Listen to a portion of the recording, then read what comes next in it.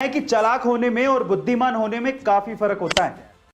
तरबूज वाले अंकल ने वाकई में बिजनेस करने का एक तरीका समझा दिया है। कैसे, मैं आपको बताता हूं। एक्चुअली अगर आप वाकई में अपने बिजनेस में सक्सेसफुल होना चाहते हैं,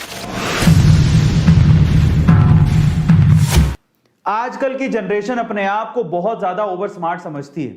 उन्हें ऐसा लगता है कि उनसे ज्यादा समझदार तो कोई पैदा ही नहीं हुआ और वो चाहें तो किसी को भी पानी पिला सकते हैं। और ओल्ड जनरेशन वाले तो उनके सामने कुछ है ही नहीं।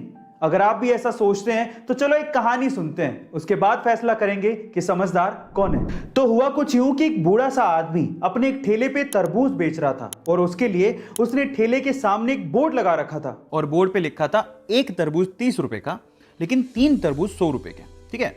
अब वहां से ना एक बंदा जा रहा था, काफी यंग था, अपने आप को स्मार्ट समझता था। वो रुक गया, उसने बोर्ड पढ़ा और बोर्ड पढ़ने के बाद अंदर ही अंदर हंसने लगा और सोचने लगा कि चलो आज अंकल के मजे ले लेते हैं। वो रुका, उसने अंकल को पहले 30 रुपए दिए और बोला एक तरबूज दे दो, क्योंकि एक तरबूज 30 रुपए का था। उसने फिर से 30 रुपए दिए और बोला एक और तरबूज दे दो। अंकल ने दे दिया। फिर बोला अंकल एक बार और 30 रुपए लो और एक और तरबूज दे दो। अंकल ने फिर दे दिया। फिर हंसते हुए बोलता है अंकल देखो, मैंने आपसे 3 तरबूज 90 रुपए में खरीद लिए और आपने बोर्ड पे लिखा है 3 तरबूज 100 रुपए के।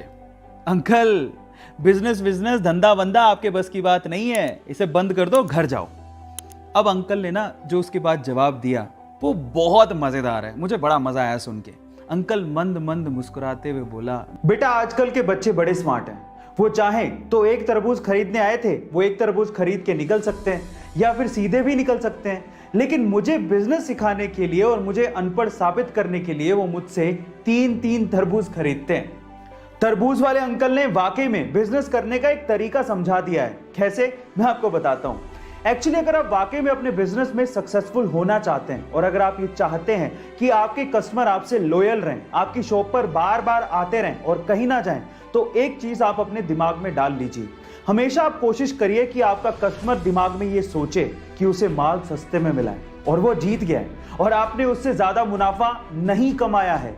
जब कस्टमर दिमाग में जीता हुआ महसूस करता है ना, तो वो आपकी शॉप पर बार बार आएगा। और यही तरबूज वाले अंकल ने भी किया। उन्होंने इसीलिए अपनी दुकान के आगे वो बोर्ड लगाया ताकि हमेशा लोग ये समझें कि वही सबसे समझदार हैं और अंकल बेवकूफ हैं।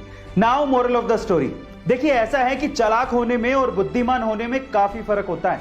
चालाक इंसान को ये अहंकार हो सकता है कि वो बुद्धिमान है, लेकिन एक्चुअली वो बुद्धिमान होता नहीं है, क्योंकि वही अहंकार उसकी बुद्धि को भ्रष्ट कर देता है। एक बात याद रखिएगा, भले आज आप लोग न्यू जनरेशन में आते हो, लेकिन एक दिन आप भी ओल्ड जनरेशन हो जाओगे और नई जनरेशन आएगी। इसलिए be careful about your smartness. हाँ।